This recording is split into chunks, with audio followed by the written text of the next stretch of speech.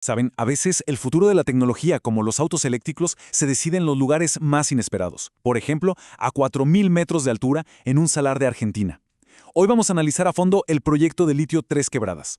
Y es que es fascinante, una verdadera joya geológica, sí, pero plantada justo en medio de lo que parece un campo minado de riesgos.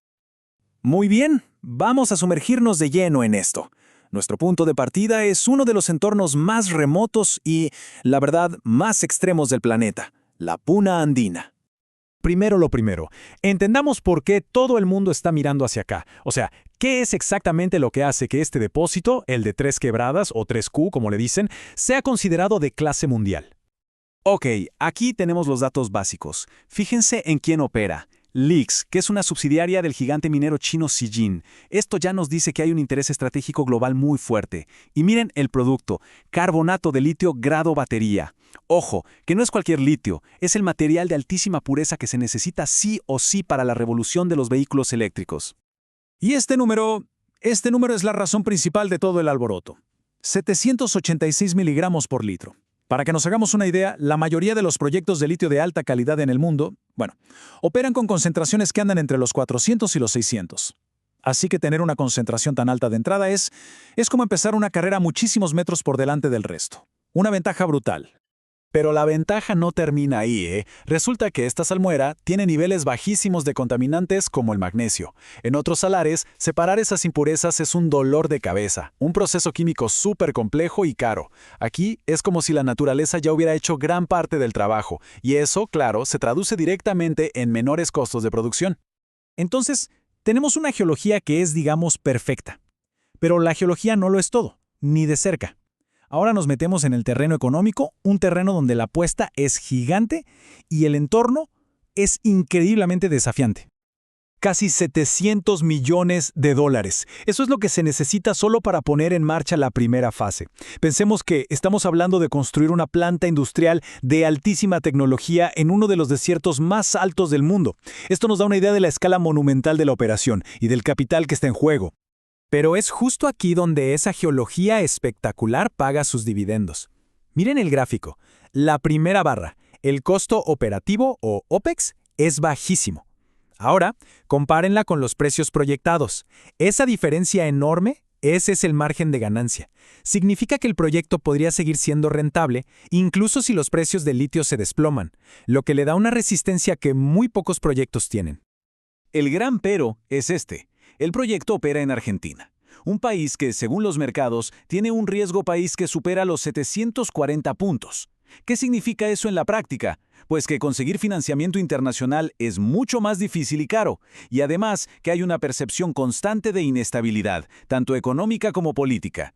Es como una sombra que planea sobre toda la inversión. Y a ese riesgo sumémosle la inflación, que se proyecta en un 27% para 2025. Esto es una presión implacable, constante, sobre los costos locales, desde los sueldos de los trabajadores hasta el transporte o los servicios. Controlar los costos en este escenario se convierte en una batalla de todos los días. Entonces, ¿cómo se puede manejar tanto riesgo? Bueno, el gobierno argentino ha propuesto una herramienta específica, el RIGI. En esencia, es un intento de crear una especie de burbuja de estabilidad fiscal y cambiaria que dure 30 años, pero solo para megaproyectos como este. La idea es protegerlos de la volatilidad del país. Esto podría cambiar las reglas del juego por completo.